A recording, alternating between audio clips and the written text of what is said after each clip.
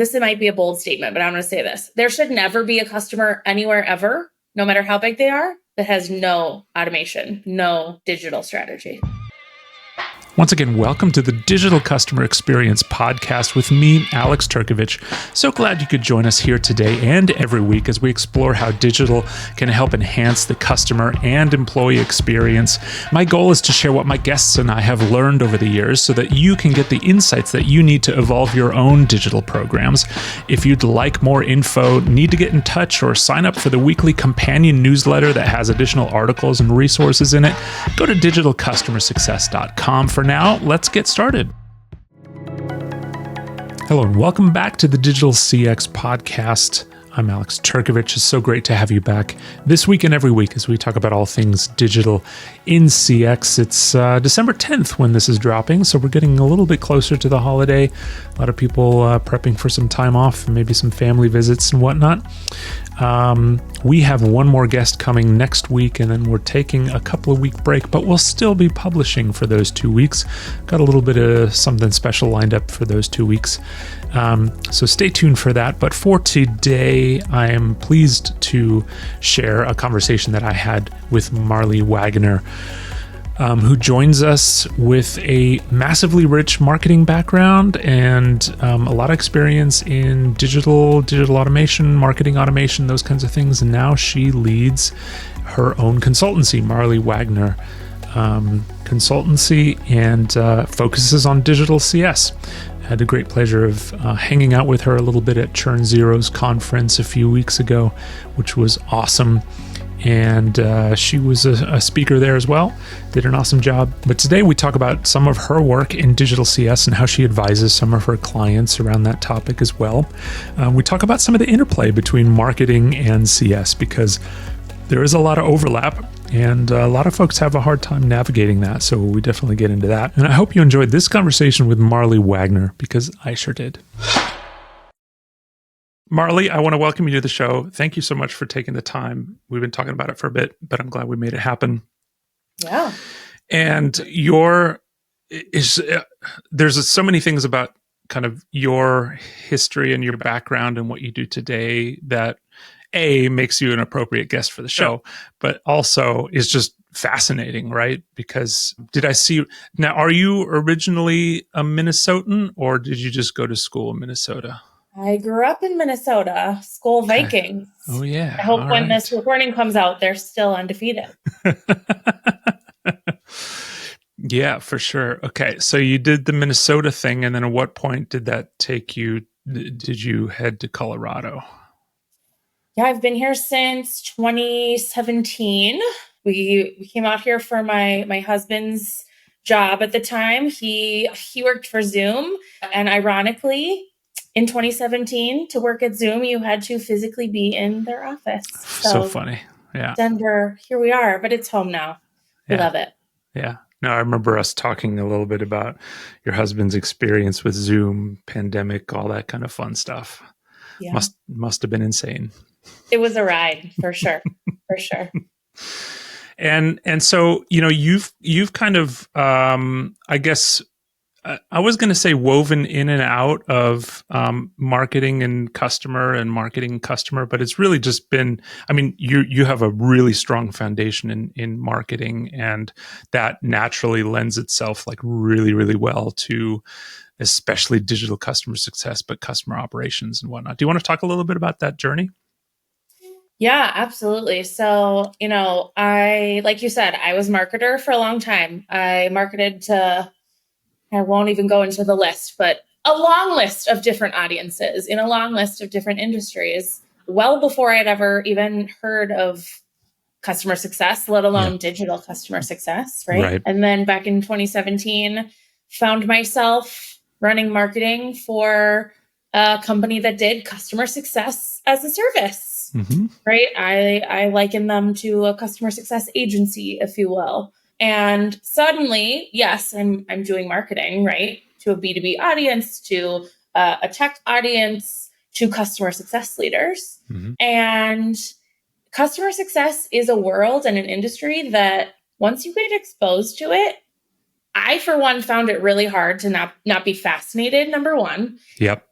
and found it really hard not to sort of connect those dots of what I had been doing in the marketing world to the, the needs and the challenges of these customer success leaders, our clients. So very quickly, again, sort of by accident, ended up living in both worlds, still running, traditional marketing, go to market, digital, website, social media, ads, trade shows, blah, whatever, right? But then also, trying things with our clients, saying, hey, this really works in the marketing world. This really works when you're acquiring new customers. Let's think through logically how we can tweak those strategies to make sense for your existing customer base. Right. And got to do that with so many really amazing clients, amazing people, really fascinating companies, and really loved living in that duality of doing both. Again, what we call traditional digital marketing, if you will, with acquisition of new customers, and then the digital CS world. And they're different, right? They have their differences, to be sure.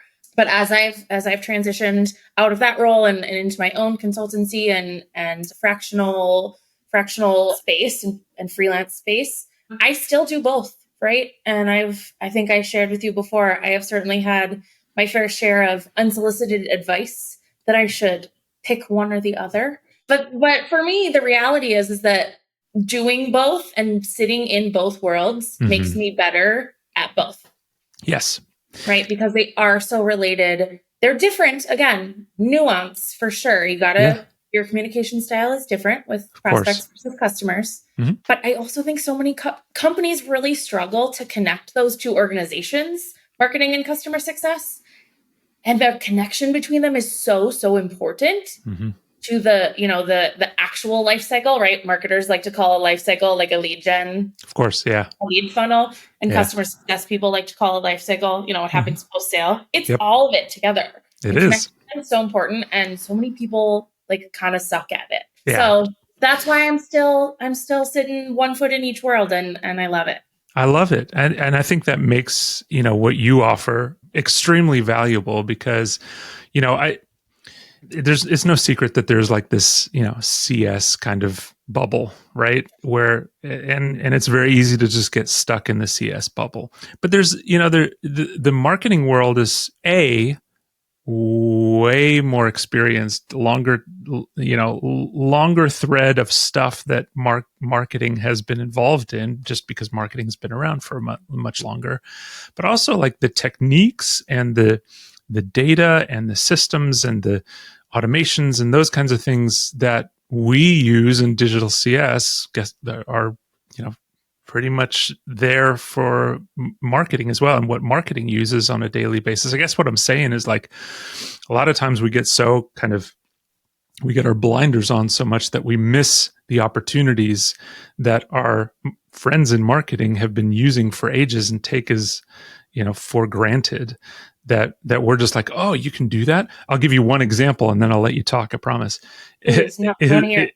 Is somebody they successfully used LinkedIn advertising as a method for engaging their existing customer base and specific personas. And it makes complete sense because you can, if you, like most of us, are sitting on really not so great customer data, guess what? LinkedIn knows what people are doing, what their roles are, what their seniority level is, what all that kind of stuff is. And you can really target people at your customer's company via LinkedIn. And I was just like, it blew my mind. But then immediately I went to like, yeah, duh, why didn't I think about that?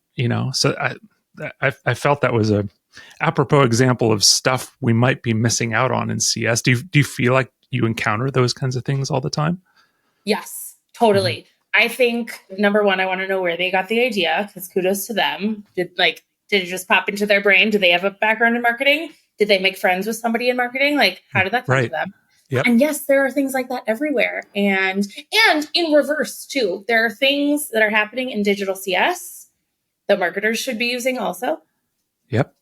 Right? More human language, more like less salesy, right? Less like gross sales marketing language, all of that kind of stuff. Marketers can learn from CS too. So it's not one directional by any means, but yeah, there's like missed opportunities like that just everywhere. Mm-hmm. Yeah, for sure. And you know, I find that a lot of CS leaders, when they start to really invest in and, you know, get into the world of digital, a lot of times they're met with objection or friction or whatnot from other departments like Yeah. product or marketing or whoever, because, you know, the initial, I think, knee-jerk reaction is like, well, that's what I do. Like, don't do that. That's what I do. But in reality, it's like we're trying to work together. And I think you painted the beautiful pictures. Like, marketers think of it as the funnel, and we think of it as a life cycle. But it's all one timeline. Why can't, you know, one org kind of manage the front end of it and the other org manage the back end of it? And the reality is, sometimes it sits in lots of different places. Yes. Right? Like, you probably hear this question all the time of like, where should digital customer success live? Right. Who should own it? Yep. My answer is actually, I don't care. Right? I don't care if it lives in marketing. I don't care if it lives in or if it lives in customer success. Mm-hmm. What I care about is that those orgs plus product plus whoever else needs to be involved have come to a mutual decision together. Yes. About where it lives and who owns what and where the lines are and where it starts and stops. Yeah, to your point, like, right, maybe there's a handoff digitally, just like in customer success, we talk about handoffs all the time. Yeah. When we're talking about one-on-one. Okay, where are the digital handoffs? Right. Yeah, exactly. And, you know, I think that points to one of the things that if you out there are hiring for, I would say, especially a digital CS leader or somebody to, you know, to head up digital or build a digital program, something like that. Man, I got to tell you, I think the number one thing you're looking for is somebody who can collaborate crazy, because there is really no other role or function that I can think of where that collaboration is so key, because you are taking ownership of the customer experience in essence with, you know, but you're going to have to do it in product, and you're going to have to do it with email marketing, and you're going to have to do it in all these different ways that kind of potentially step on other people's toes and whatever. So the coordination is real, y'all. It's huge. Yeah, I totally agree. Even think about, okay, you may need to do it like in somebody else's system. Yeah. Right? There are plenty of digital CS leaders who don't have a CS platform that they can run automations out of. Right? So they're like, all right, what does marketing use? What does product use? What can I borrow from them? Literally, you rely on them, those other teams, those other departments to do your job. Yeah. Right? So yes, number one, collaboration. Absolutely. What's already there? Like, you know, not long ago, I compared digital CS people to like the MacGyvers of CS, just because a lot of times we're duct taping stuff together to make it work, you know? Also, 100% of the time, if you're that new digital CS leader coming in, or just a CS leader who's like, hey, I'm going to start a new digital program, 100% of the time, there is more going on going to your customers already from lots of random teams and people than you think. Yep. And it all looks different. It all has a different tone of voice. The template's completely different. There's 4 different versions of your logo. Like, it's real.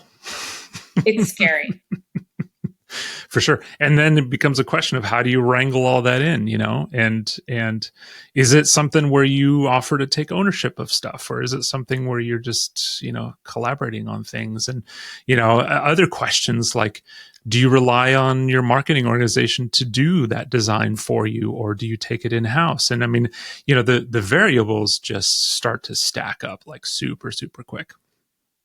Yeah, I've been using the word nuance a lot lately when talking about digital customer success. There's just so much nuance, such little tiny differences in your org structure or your product or, you know, your customer profile can make such a huge difference in those little things that you need to do and those decisions you need to make.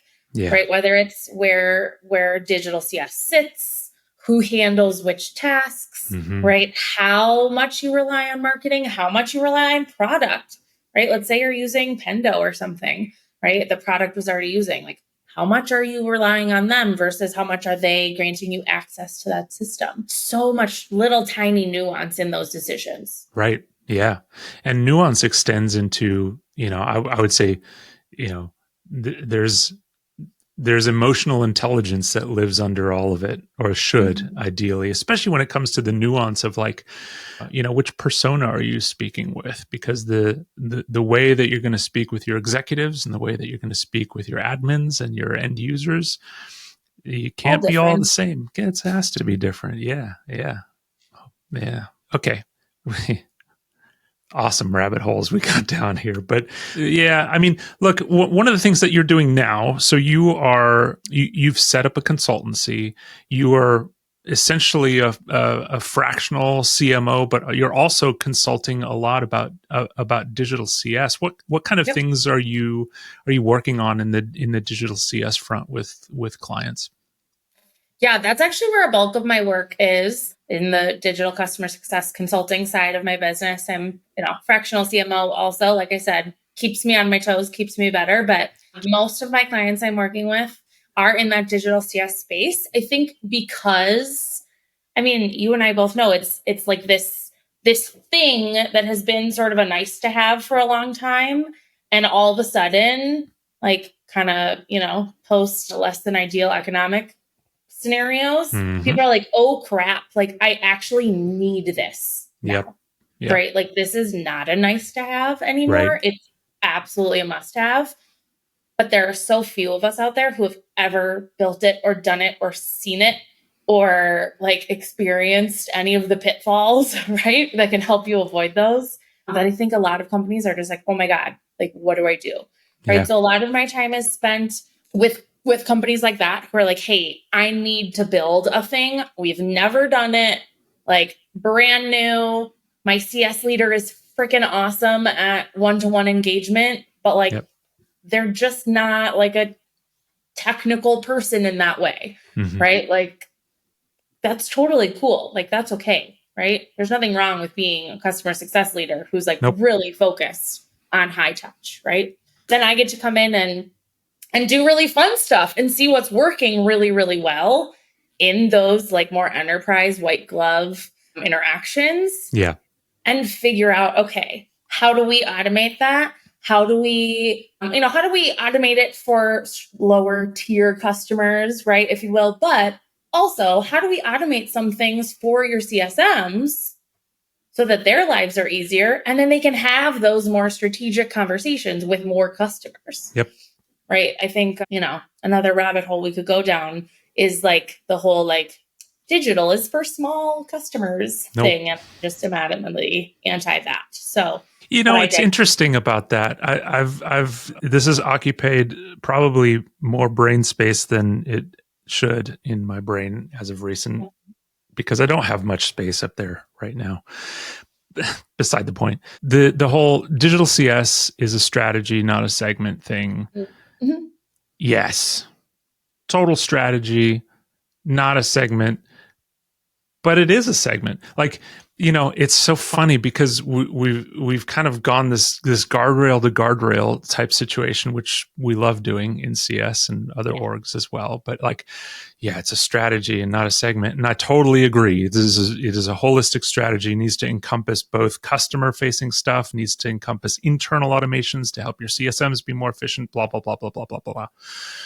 But at the end of the day, there's a swath of your customers who aren't getting shit. So, Yeah. like, and the only people there to cover it is your digital CS team. So yeah, you are covering a segment, but that's Totally. part of the strategy. I think you're spot on, right? And I'm with you, right? Like I am, yes, it is a strategy, not a segment, right?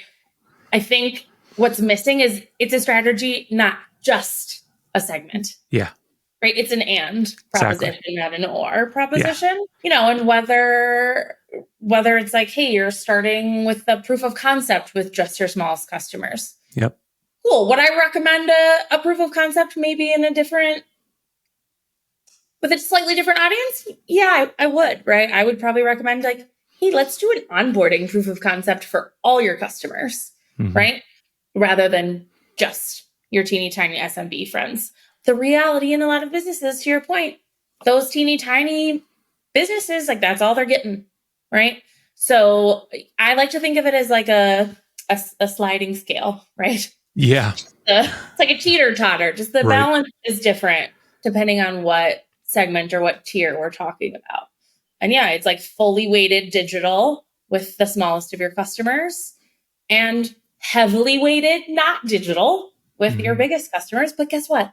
There should be still some level of digital. This might be a bold statement, but I'm going to say this. There should never be a customer anywhere ever, no matter how big they are, that has no automation, no digital strategy. Totally. Yeah. I completely agree with that.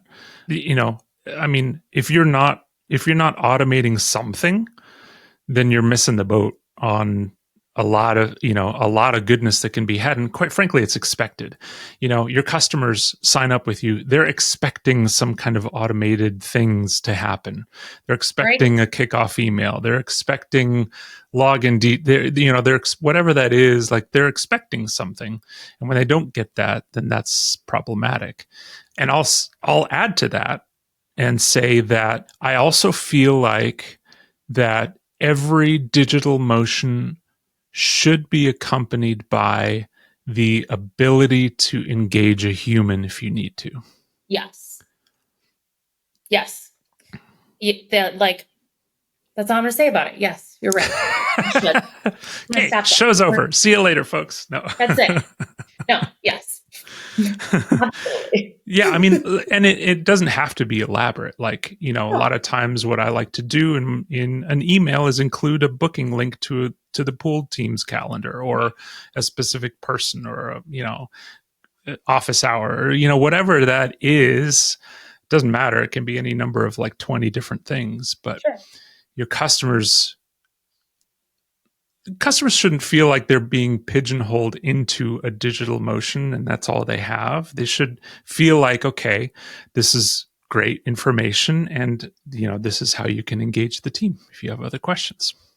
Right, exactly. Yeah, I think about this a lot and I talk about this a lot, and I'm doing a presentation in a couple weeks.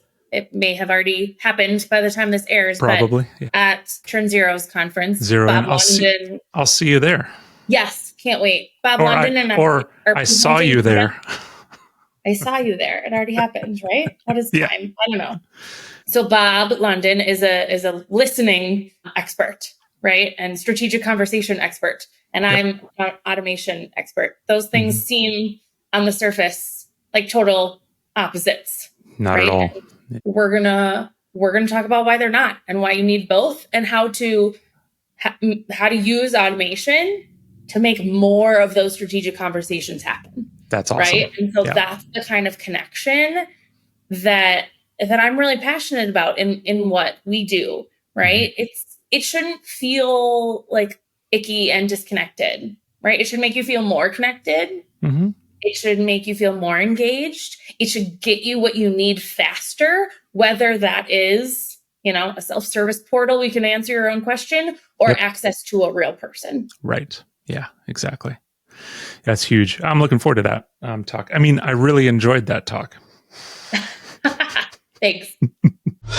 Hey, I want to have a brief chat with you about this show. Did you know that roughly 60% of listeners aren't actually subscribed to the show on whatever platform they're listening to it on? Now, as you know, algorithms love likes, follows, subscribes, comments, all of that kind of stuff. So if you get value out of the content, you listen regularly, and you want to help others to discover the content as well, please go ahead and follow the show, leave a comment, leave a review. Anything that you want to do there really helps us to grow organically as a show. And while you're at it, go sign up for the companion newsletter that goes out every week at digitalcustomersuccess.com. Now, back to the show.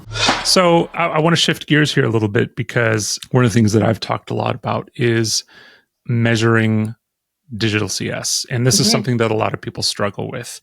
And I take a overly simplistic approach to it. Maybe to my detriment, I don't know. But fundamentally speaking, like, you've got on one side, you've got traditional customer success metrics, your NRRs, your GRs, your renewal rates, your churn rates, all that kind of stuff.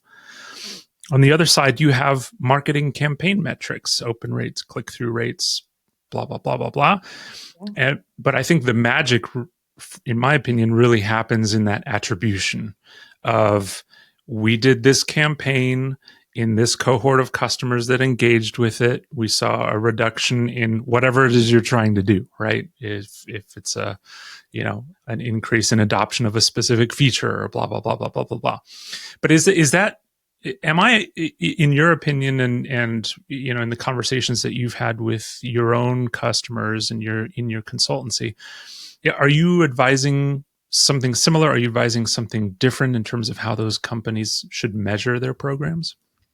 Yeah, very much something similar, right? I always like to remind people that those, more traditional CS metrics we're talking about, retention, churn, NRR, GRR, blah, blah, blah. Those are lagging metrics. Yep. Right? So it's going to take a while for you to see an impact on those things, whether you're tackling those with humans or with automation, mind you.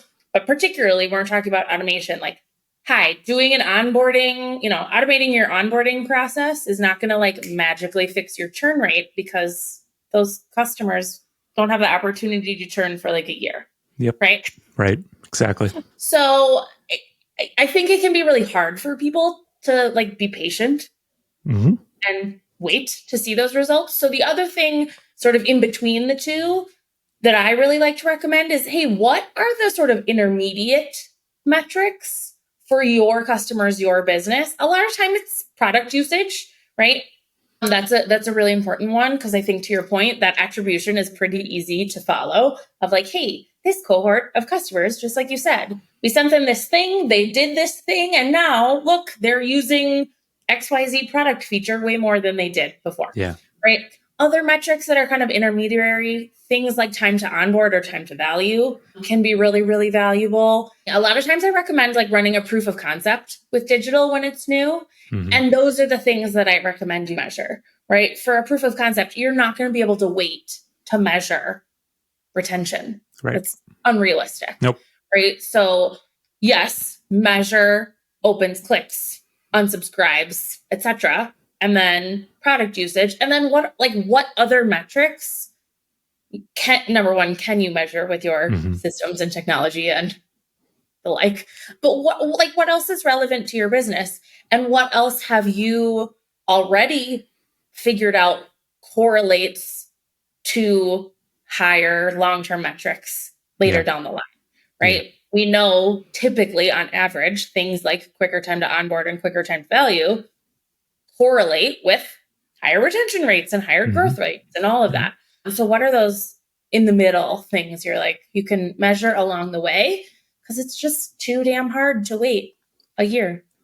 It really is. Yeah, for sure. It is. It is. And even things like, NPS, very kind of laggy, and you shouldn't wait 6 months to get an update, blah, blah, blah, blah, blah.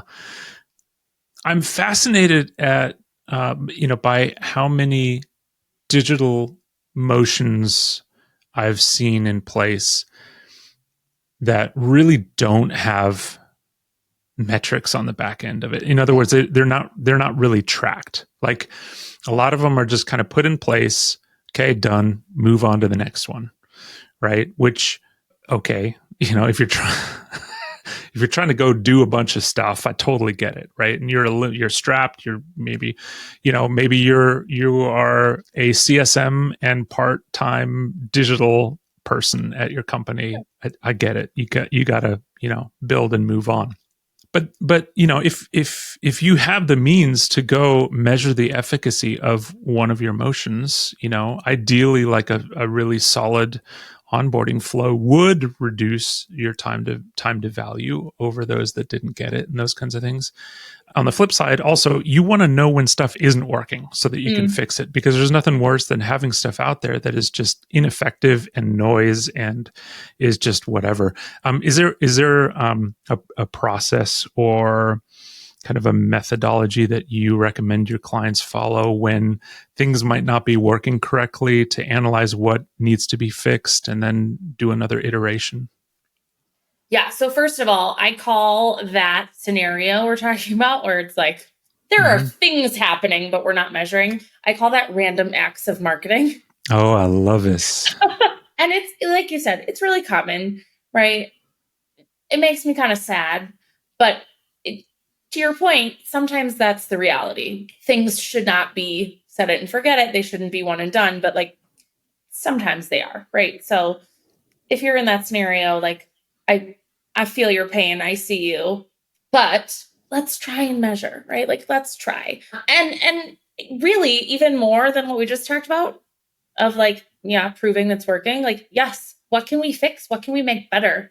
Right? What's like, maybe it's kind of working, but like we'd like it to work better. I don't know that I have like a really specific methodology that I use in that regard. I think, the reality is, like you said, it's kind of situational of like how much time and effort you can spend there.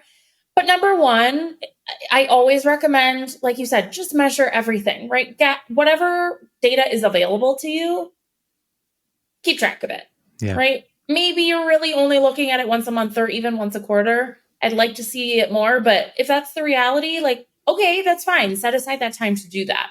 And then not only do you want to compare sort of one message or one campaign or one initiative against another, right? But you also want to compare it to itself over time. Yeah. I think that's one that people really tend to miss, right? Where maybe they're measuring a lot in the beginning when they first build something. They're like, oh, it's working. We're done now. Yeah. Right. Right. And the reality is that that's never true, right? Your business is evolving, your product is evolving, your customers are evolving, your competition is evolving. And therefore, your messaging needs to evolve with those things, right? And that doesn't just mean like, oh, we need to change this thing when we had a big like product release. Yeah. Again, back to, everything is nuanced. There are smaller shifts and changes and whatever, where you might want to revisit the language of something or the timing of something or the channel you're using to send a message, whatever it is, right? So I really, really like to remind folks to just make sure you're measuring over time, right? Like something that worked really well when you first launched it, 6 months later, 2 years later, 5 years later, guess what? It might not work so well anymore. Yeah. So what do those discrepancies in those like, leading metrics, engagement metrics, opens, clicks, blah, blah, blah. That's like your first clue, obviously. Or you can do it in reverse, right? Like, ooh, shoot, are we seeing like a really big, drop in NRR or a really big spike in churn with this cohort of customers in this time period? And then you can go like backwards and be like, okay, what was the process that they went through? And was there a drop off in usage somewhere? Yeah. Was there a drop off in them engaging with our stuff somewhere? That's the other thing. Like, you don't just have to look at it forward. I think looking at it backwards can also be super, super helpful.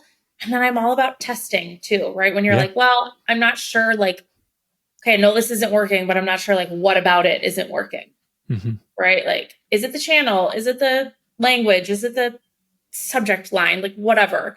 It's okay to like be like, okay, we're going to see if a different subject line changes over here with this group, with this cohort.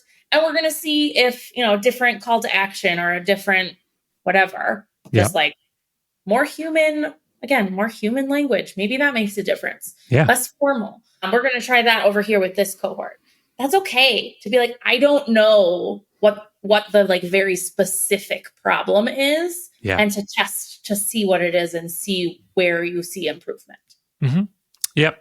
It's all incredibly valid things. A couple of things that kind of came to mind as you were chatting about that is, especially if you're doing like email campaigns and those kinds of things, I guarantee you, if you're doing some email campaigns and you have a system that does some email campaigns for you, I guarantee you it will have some analytics available out of the box. And if it doesn't, you need to change 100%. Platforms, because it's like, that's not cool.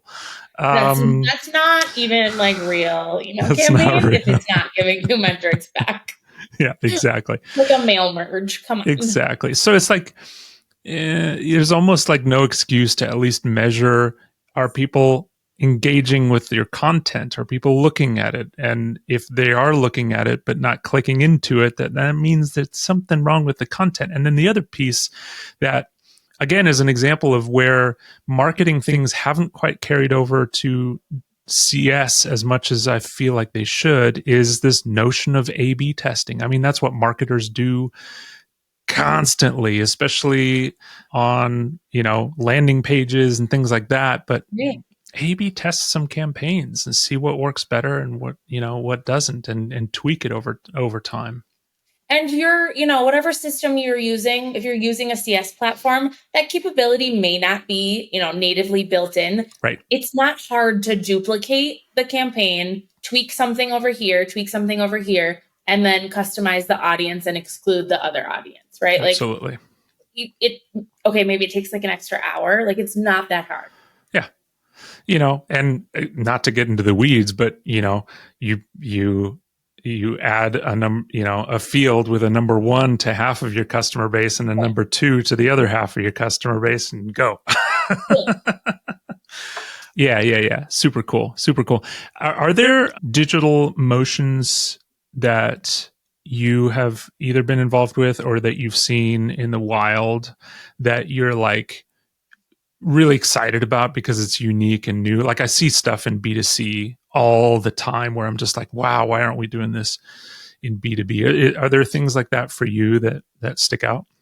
Oh, there are so many B2C examples. I think, I'm going to tangent for a second before I actually answer your question. Sure. Yeah. Because, we were talking earlier, customer success can learn so much from marketing, right? B2B can learn so much from B2C, especially when we're talking about automation, right? Mm-hmm. Like, I posted about this on LinkedIn recently. I had a consumer experience from Southwest Airlines, who it's actually not my airline of choice, right? Okay. Yep. I don't fly them that often, but I did. And our Wi-Fi sucked on our plane. And I was pissed because I was really trying to get work done. You knew you had that hour and a half flight and you were banking on using that time to get this deck done. Exactly. Literally, yes. And I paid the $8 for Wi-Fi or whatever, and it did not work. And I was really irritated. But an hour after I landed, I got an email from Southwest being like, we noticed that your Wi-Fi didn't work. We're really sorry about that. Here's your money back. Super smart. Right. And it wasn't anything complicated. Yeah. Right. Their system told them that the Wi-Fi didn't work. Their system told them that I was on that flight and I bought the Wi-Fi. And it automatically sent me a message. Simple message, couple paragraphs, not even very short and sweet. They didn't give me anything extra. They just gave me my money back, right? For the thing that I bought that didn't use. Sure.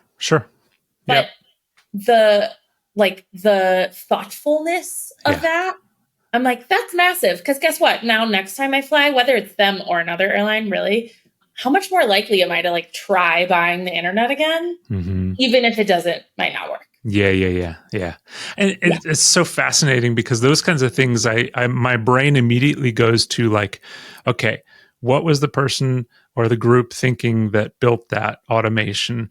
Right. Guaranteed they were reacting to a high number of support tickets that came in because people were complaining that the Wi-Fi didn't work and wanted a refund. I'm sure they get flooded with those things on a daily basis. And so the Wi-Fi really never works on planes. Let's be right. Real. I know. So that's a prime example of where, that is extremely effective ticket deflection, which helps your teams, but it's also just extremely effective triaging and being proactive about potential issues and really monitoring your business and getting your business. That's awesome. Yeah. And just creating a positive experience, right? They turn something negative, something crappy into something that I'm talking about right now. And I'm like, that was great. Yeah, on a podcast. There you go. You're welcome, Southwest.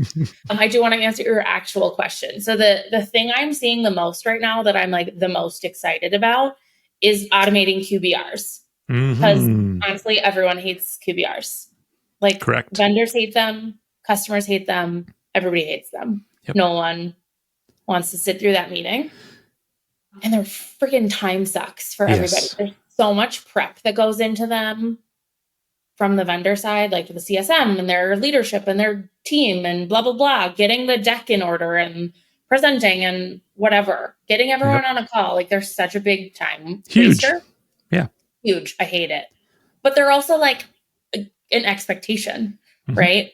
So I'm loving this new trend of automating your QBRs. Cast app is the one that I've seen the most. I think there are one or two others that are starting to get into this space as well. Yep. But it does require a pretty high level of like back end data sophistication, right? Or at least access.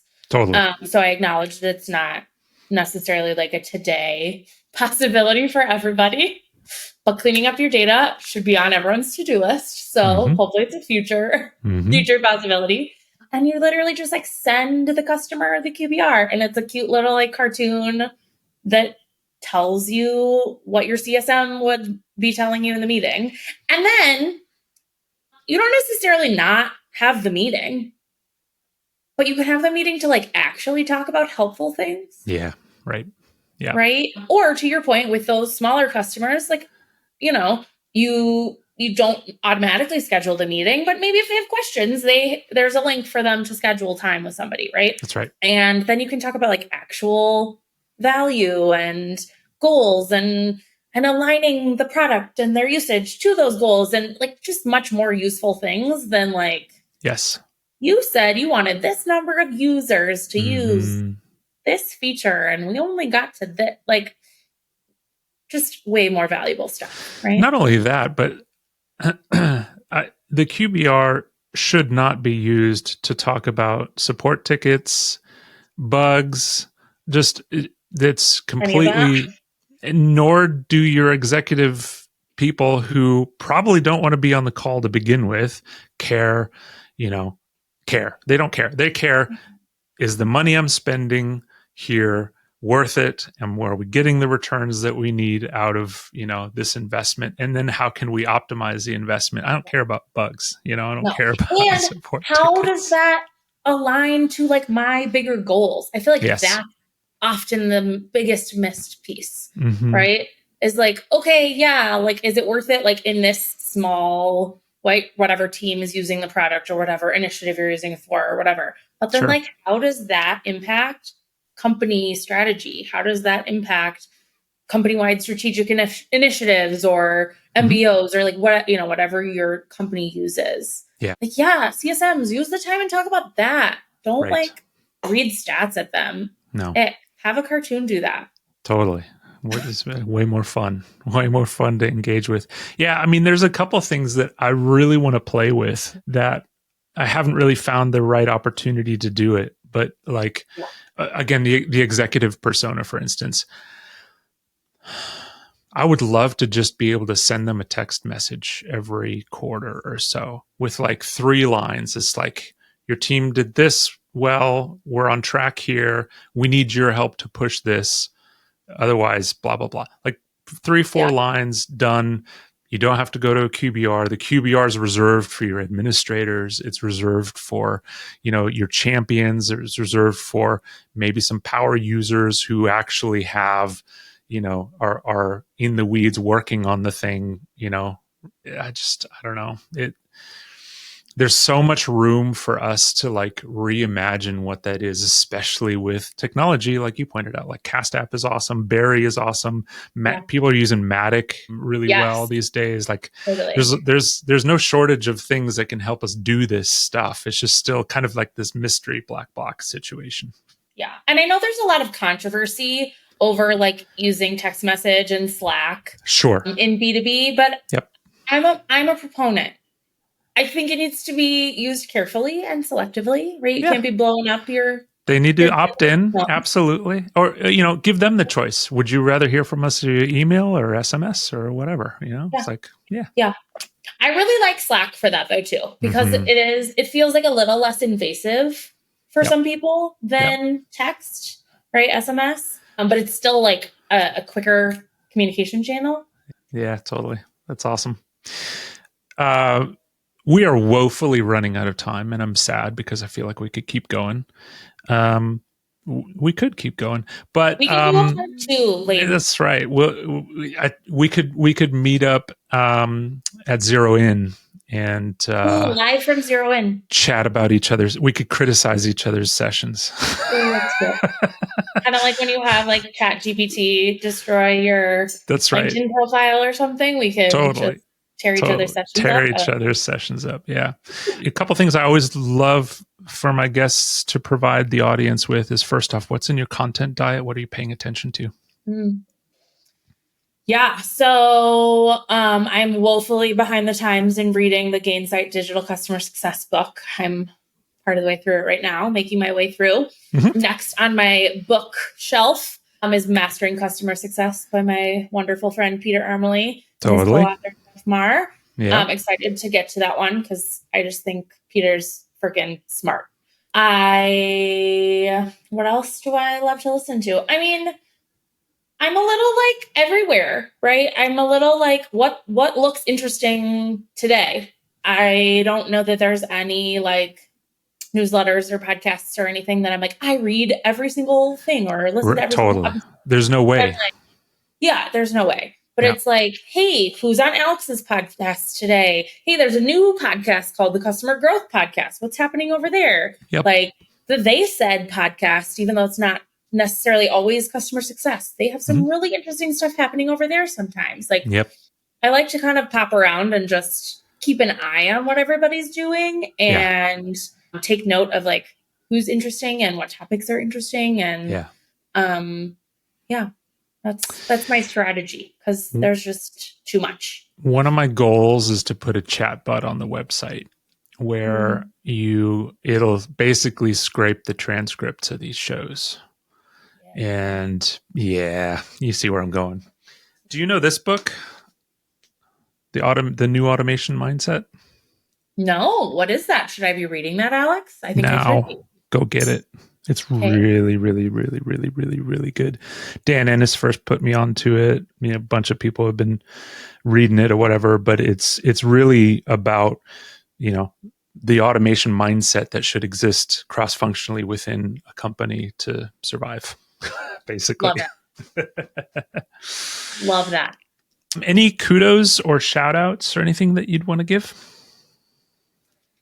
Oh, I mean, Dan, who you mentioned, is always doing really cool stuff. Who was I just having a really interesting... I was just exchanging really fascinating LinkedIn comments and whatever with Kat Briegeman and Caressa Parrish. Yes. About digital campaigns for your like gold star customers. Cool. Right? We focus so much on like who's struggling, who's not on the right path. Like, what do we do about those people who were like, yay? How do we celebrate? Say yay to them? How do we celebrate them? And they're both working on campaigns in that regard that I think are amazing. And that's, you've got to have already done some like serious work to get to a place where you can tackle that. So kudos to them for making it there. That's awesome. I love that. Yeah. That's great. Yes, we got to celebrate our customers. Yeah. Where can people find you? Give you a shout out, engage with you, all that kind of stuff. Yeah. Find me on LinkedIn. I'm around. You can check out my website, marleywagner.com. Shoot me a message. I always love to clearly, since we're like way out of time, I love to talk about this kind of stuff. So would love to chat with anybody who is nerdy like us in this regard. Digital CS nerds. Sounds good. Well, thanks for the time. Thanks for joining me. Thanks for the laughs and the insights. And really looking forward to getting this one out there. But thank you for your time. Thanks, Alex. Good to see ya. Thank you for joining me for this episode of the Digital CX Podcast. If you like what we're doing, consider leaving us a review on your podcast platform of choice. If you're watching on YouTube, leave a comment down below. It really helps us to grow and provide value to a broader audience. You can view the Digital Customer Success Definition Word Map and get more information about the show and some of the other things that we're doing at digitalcustomersuccess.com. This episode was edited by Lifetime Value Media, a media production company founded by our good mutual friend Dylan Young. Lifetime Value aims to serve the content, video, audio production needs of the CS and post-sale community. They're offering services at a steep discount for a limited time, so navigate to lifetimevaluemedia.com, go have a chat with Dylan, and make sure you mention the Digital CX podcast sent you. I'm Alex Turkovich. Thanks so much for listening. We'll talk to you next week.